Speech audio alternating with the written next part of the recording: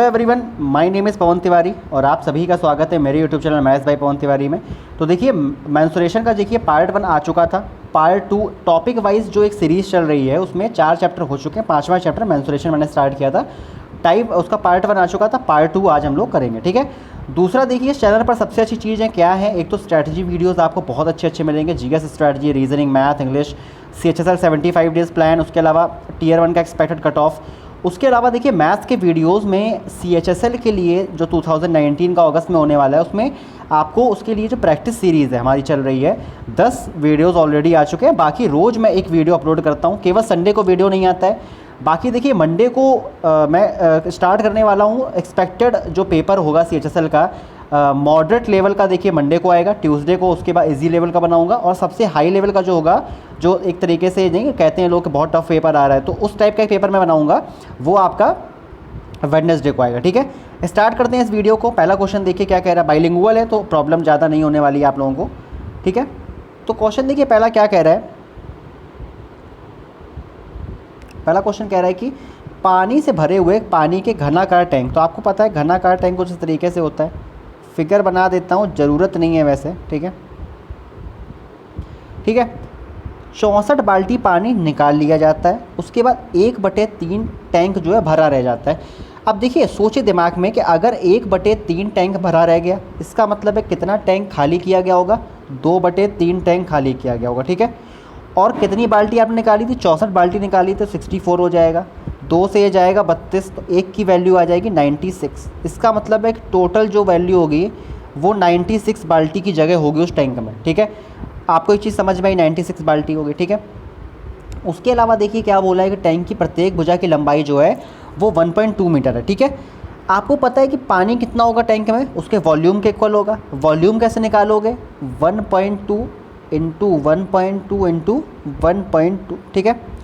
अब देखिए कुछ लोग यहाँ पे पॉइंट में जाएंगे कि यार ये तो मीटर में दिया गया है, आपसे लीटर में पूछा गया है, लेकिन देखिए आपको एक चीज़ समझ में आ रही है कि यहाँ पे वैल्यू सारी डिफरेंट है, ठीक है। आपको ऐसे नहीं दिया गया है पॉइंट में अलग अलग करके 1.8 फिर 18 फिर 180, जब ऐसे दिया हो तब प्रॉब्लम होती है। अभी यहाँ पे आपको अलग अलग दिया है, ये आपका टोटल वॉल्यूम हो गया, और ये आपकी बाल्टियाँ होंगी टोटल। तो आपको केवल क्या करना है, इसमें 96 का डिवाइड कर देना है, तो आपका निकल आएगा कि एक बाल्टी में कितना पानी था, ठीक है। अगर 96 बाल्टी में इतना पानी तो एक बाल्टी में कितना, एक बाल्टी में वॉल्यूम अपॉन बाल्टियों की संख्या, ठीक है। तो जैसे आप इसको सॉल्व करेंगे तो देखिए 12 8 96, ठीक है, और 8 अगर इसे करेंगे तो 4 दूनी 8, 4 3 12 और 2 छंग 12, तो देखिए 18 आ रहा है। अब पॉइंट में आ रहा है कि 180 आ रहा है, उससे मतलब क्योंकि एक ही ऑप्शन आपका 18 है जो कि आपको दिख रहा है ऑप्शन नंबर डी, ठीक है।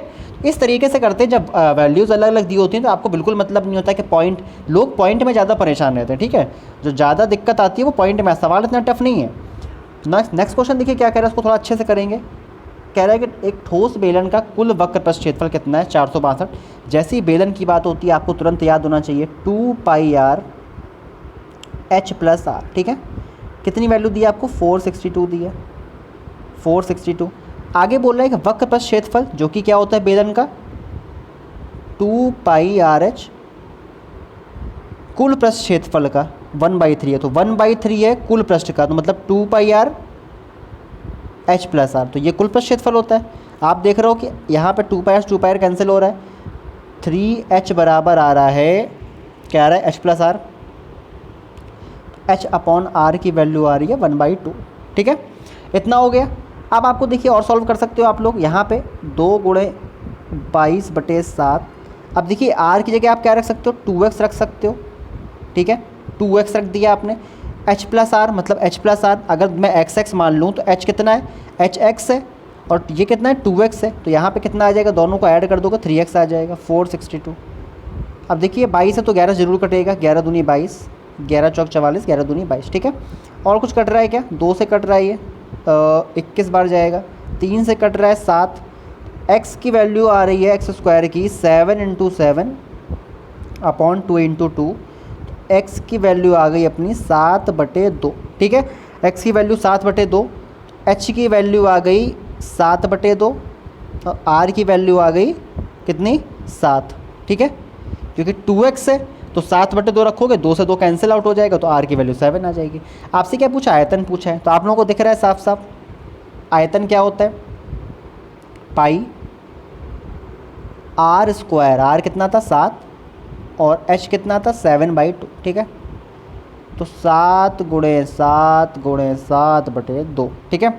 ये कितना आ गया 11, ये कैंसिल आउट हो गया। 49 × 11, 11 9 99 और 9 11 चौक 44 और 9 कितना हो जाएगा 53, 539, ठीक है। इस क्वेश्चन का राइट आंसर है, ठीक है। नेक्स्ट क्वेश्चन पे मूव करते हैं।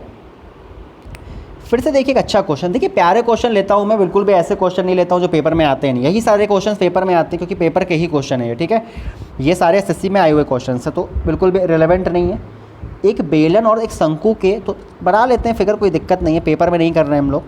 जब पेपर में करेंगे तो फिगर नहीं बनाना है, ठीक है। अभी समझाने के लिए बना देते हैं। तो बेलन और शंकु के आधार की त्रिज्याएँ बराबर हैं, अगर ये आर है तो ये भी आर है, ठीक है। ऊंचाइयाँ बराबर हैं, अगर ये एच है तो ये भी एच है, ठीक है। क्या बोल रहा है कि यदि उनके वक्रपथ क्षेत्रफल 8/5 के अनुपात में हो, तो देखिए वक्रपथ क्षेत्रफल, तो पहले बेलन की बात करी थी, इसका मतलब बेलन ऊपर रहने वाला है और पाई आर एल नीचे रहने वाला। शंकु का क्या होता है वक्रपृष्ठ, पाई आर एल होता है, ठीक है। 8/5, अब आपको दिख रहा है पाई आर से पाई आर कैंसिल आउट, 2 से ये 4 बार चला जाएगा, तो H/L जो आ गया आपका वो 4/5, ठीक है। अभी देखिए रेशियो में आया है, आप इसको एग्जैक्ट मत मान लीजिएगा, ठीक है। तो रेशियो में आया तो अब मैं कह सकता हूँ कि अगर ये R बराबर सॉरी नहीं आया अभी, L आया है, तो L अगर 5x है, H आपको दिया है 4x, तो देखिए अगर ट्रिपलेट हम लोग लगा लें तो R की वैल्यू अपने को चल गई पता 3x, क्योंकि 3 4 5 का होता है, बट ये रेशियो में है तो एग्जैक्ट नहीं रखेंगे, अभी x लगा के रखेंगे, ठीक है। तो 3x 4x 5x हो गया, ठीक है। अब आपसे क्या बोल रहा है, उनकी त्रिज्या और ऊंचाई का अनुपात, तो देखिए आगे कोई ज़रूरत ही नहीं पड़ी। त्रिज्या कितनी आई है अपनी 3x आई है और ऊंचाई कितनी आई है 4x आई है, तो x तो कैंसिल ही आउट हो जाएगा, 3:4 इस क्वेश्चन का राइट आंसर है, ठीक है। नेक्स्ट क्वेश्चन में मूव करते हैं। नेक्स्ट क्वेश्चन देखिए अच्छा, ये भी एक ठोस तले पर अर्धगोलाकार है और ऊपर शंक्वाकार, मतलब कुछ इस तरीके से आकृति आपकी बनी हुई है, ठीक है। मतलब नीचे क्या है अर्धगोला है और ऊपर आपका शंकु है, दोनों भागों के पृष्ठ क्षेत्रफल बराबर है। देखिए दोनों भाग, मतलब एक शंकु हो गया भाग आपका, ठीक है, आर है तो इसकी ऊंचाई भी आर होती है, ठीक है, पता होगा आपको अर्धगोले की। पृष्ठ क्षेत्रफल बराबर है। अब आपको पता है कि अर्धगोले का पृष्ठ क्षेत्रफल कितना होता है 2πr², और शंकु का पृष्ठ क्षेत्रफल कितना होता है πrl, ठीक है। तो उसके शंक्वाकार भाग की त्रिज्या और ऊंचाई का अनुपात, ठीक है। तो अगर मैं इसको h मान लूँ ऊंचाई, ठीक है, h को h मान लूँ तो यह होगा, तो आपको पाई से पाई कैंसिल आउट दिख रहा है, 1r से 1r, क्योंकि देखिए त्रिज्या बराबर है, ठीक है। तो 2r बराबर आपको l दिख गया यहाँ पे। अब आपको पता है कि r/l कितना आ रहा है, r/l आ रहा है 1/2, ठीक है।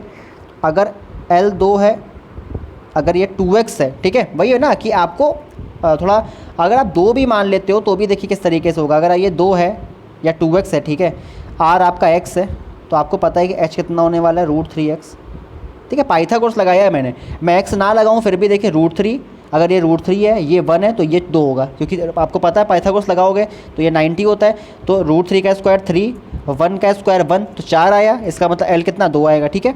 तो आपका हाइट कितनी आ गई, हाइट आ गई आपकी √3 आ गई, और आपको r पता 1, तो 1 क्योंकि त्रिज्या पहले है ऊंचाई बाद में है तो √3, तो 1/√3 इस क्वेश्चन का राइट आंसर है, ठीक है। इस क्वेश्चन का राइट आंसर 1/√3। ये क्वेश्चन देखिए बहुत प्यारा है, स्पीड टेस्ट में बहुत आता था, मैंने भी स्पीड टेस्ट से ही सीखा था क्वेश्चन, क्योंकि कोचिंग्स में नहीं कराया गया था मेरी। अब तो होने लगे हैं क्वेश्चन, बट पहले इतने क्वेश्चंस आपको नए नए नहीं मिलते थे, स्पीड टेस्ट में नए क्वेश्चंस मिलते थे, ठीक है।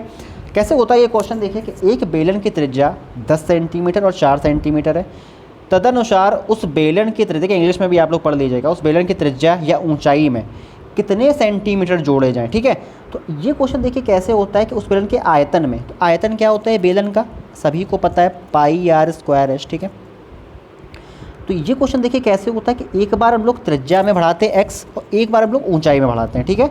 तो पाई, तो मैं त्रिज्या में बढ़ा रहा हूँ, तो त्रिज्या कितनी आपको गिवन है 10, तो अगर मैं 10 में x बढ़ा दूँ, बोल रहा है ना कि उस त्रिज्या ऊंचाई में कितने सेंटीमीटर, तो मैं क्या कर रहा हूँ कि पहले त्रिज्या में x बढ़ा रहा हूँ, x बढ़ाया तो त्रिज्या का स्क्वायर इंटू h कितना 4 है, ठीक है। उसके बाद फिर पाई, अब मैं त्रिज्या में नहीं बढ़ाऊँगा, अब मैं किस में बढ़ाऊँगा ऊंचाई में, तो त्रिज्या वैसे लिख दो 10 का स्क्वायर, ठीक है। अब मैं ऊंचाई में बढ़ाऊँगा तो 4 + x बढ़ाऊँगा, लेकिन x दोनों में x बढ़ेगा, ठीक है। पाई से पाई कैंसिल आउट हो गया। अब देखिए आप लोग यहाँ पे डायरेक्टली वैल्यू भी पुट कर सकते हैं, थोड़ा और सिंप्लीफाई कर सकते हो। जैसे ये देखिए 100 आएगा, यहाँ पे 4 से कट जाएगा तो ये 25 आ जाएगा, 4 + x हो जाएगा। यहाँ पे आपको साफ साफ दिख रहा है 10 + x का होल स्क्वायर। देखिए यहाँ पे वैल्यू पुटिंग बहुत सही रहेगा, 5 जैसी रखोगे यहाँ पे 225 बन जाएगा, ठीक है। अब ये नहीं 5 रखा फिर 10 + 5 लिखा फिर 15 का स्क्वायर फिर 225, वही है ना। वैल्यू पुटिंग तभी सबसे बेस्ट होता है जब आपको बहुत ज़्यादा कैलकुलेशन आपकी अच्छी हो, बहुत फास्ट करना आता हो। जैसे ही आपने 5 रखा 225, यहाँ पे 5 रखा 9, आपको पता है 25 हमारी 225, इसका मतलब है कि आपका राइट आंसर है 5, ठीक है। आपको x की वैल्यू क्या रखनी है 5, सॉल्व करोगे क्वाड्रेटिक बनेगी तब भी 5 आएगा। तो इस क्वेश्चन का राइट आंसर कितना है 5। तरीका आप लोगों ने सीख लिया होगा, दोनों में x एक एक बार बढ़ाना है। ये क्वेश्चन देखिए सिंपल क्वेश्चन है बट अच्छा क्वेश्चन है कुछ लोगों के लिए। एक शंकु को जिसका आयतन 27 पाई है, उसी के बराबर त्रिज्या और ऊंचाई वाले खोखले बेलन में रखा जाता है। मतलब एक बेलन है, ठीक है, उसी के बराबर ऊंचाई और त्रिज्या, इसका मतलब है कुछ इस तरीके से होगा, ठीक है। इस बेलन की भी ऊंचाई h और त्रिज्या r होगी और इस शंकु की भी ऊंचाई और त्रिज्या h और r होगी, ठीक है। अब आपको पता होगा कि अगर बेलन के अंदर रखा जाता है तो ये जो बचा हुआ पार्ट है ना, ये 2 होता है।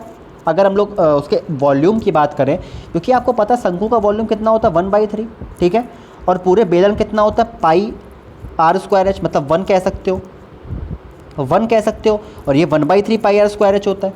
इसका मतलब है कि बचा हुआ भाग 2 होता है और पूरा भाग 3 होता है, ठीक है। अगर पूरा भाग 3 है तो शंकु कितना होता है 1 भाग होता है, ठीक है। तो बचा हुआ भाग जिसे वलय भी बोलते हैं हिंदी में, तो कितना भाग होता है ये 2 भाग होगा। अब आपको क्या दे रखा है, आयतन दे रखा है 1 का, मतलब आपको शंकु का आयतन दे रखा है, तो 1 की वैल्यू आपको 27 पाई दे रखी है। आपसे क्या पूछा है कि उस दोनों के बीच के रिक्त स्थान को भरने के लिए आवश्यक पानी, मतलब आपसे इस 2 की वैल्यू पूछी है, ठीक है। तो 2 की वैल्यू कितनी आ जाएगी 54 पाई।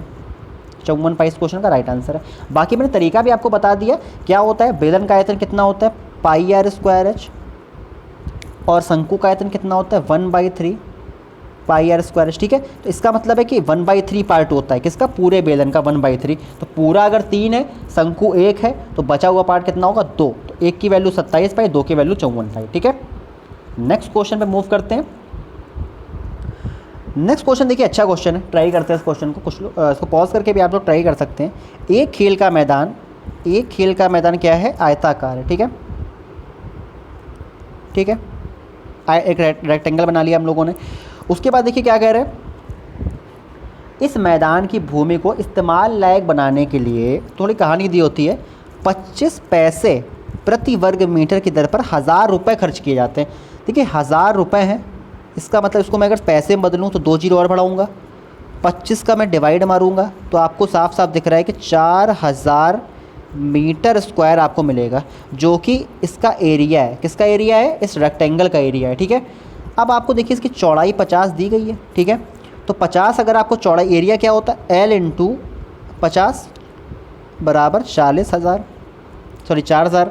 L की वैल्यू कितनी आ जाएगी यहाँ से 80 आ जाएगी, तुरंत आप 80 रख दोगे यहाँ पे। इतना समझ में आया।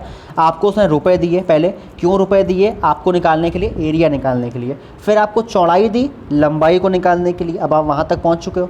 अब आपसे आगे क्या बोल रहा है, उस मैदान की लंबाई अगर 20 मीटर बढ़ा दी जाए, मतलब पहले 80, अब कितनी 20 और बढ़ा दी जाए, अब कितनी हो जाएगी 100 हो जाएगी। इसका मतलब अब एरिया कितना हो जाएगा 1500 हो जाएगा, ठीक है, सॉरी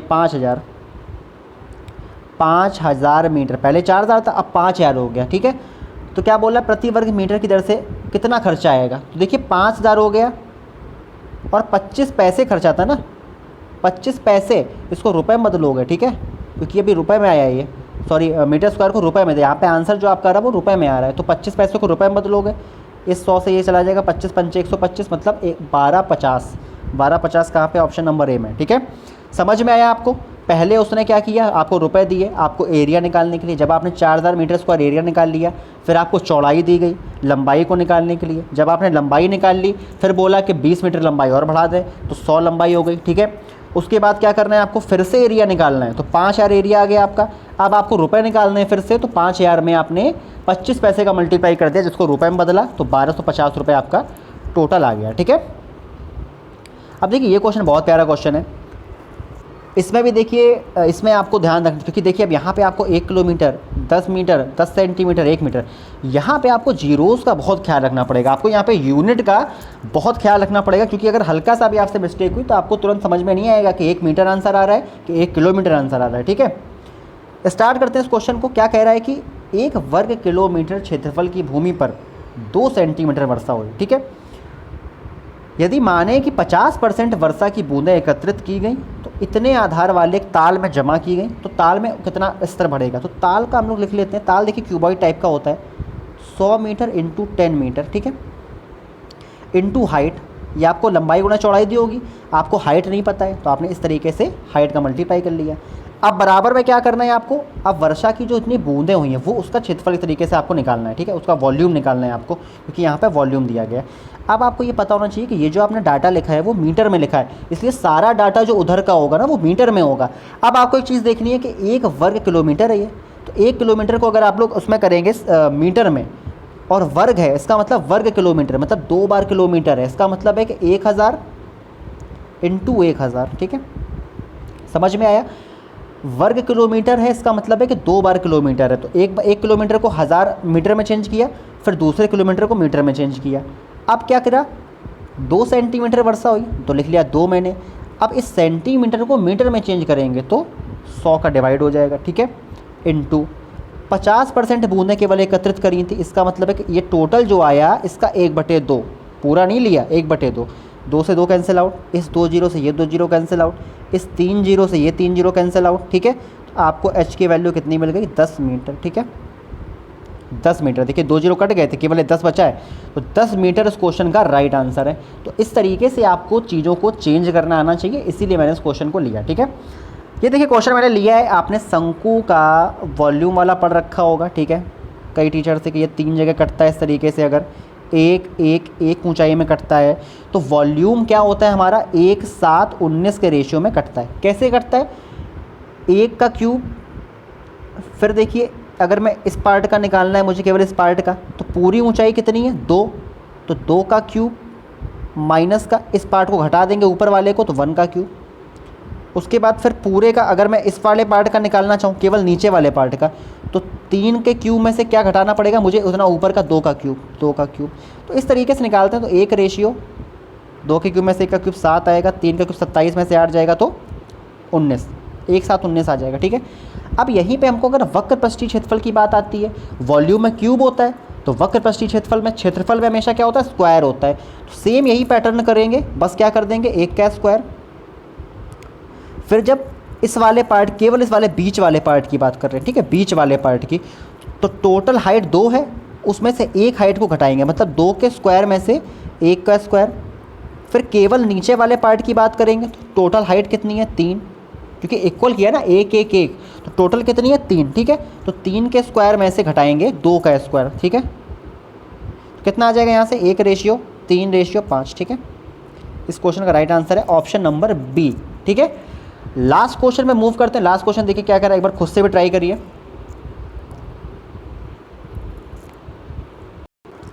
अब देखिए ऐसे क्वेश्चंस जो आते हैं, पहले आपको क्वेश्चन को अच्छे से पढ़ना चाहिए। ठीक है, स्टार्ट से एकदम से स्टार्ट कर दोगे तो परेशानी में आ जाओगे। ठीक है, तो क्वेश्चन को एक बार पहले 15 सेकंड या 10 सेकंड देख के आपको अच्छे से पढ़ना चाहिए कि वो कहना क्या चाहता है। ठीक है, कभी कभी क्या होता है, स्टार्टिंग में आप डाटा को लेट कर लेते हो, लास्ट में वैल्यूज़ दी होती हैं, फिर बड़े परेशान होते हैं, फिर वैल्यूज़ को रखते हो जाके।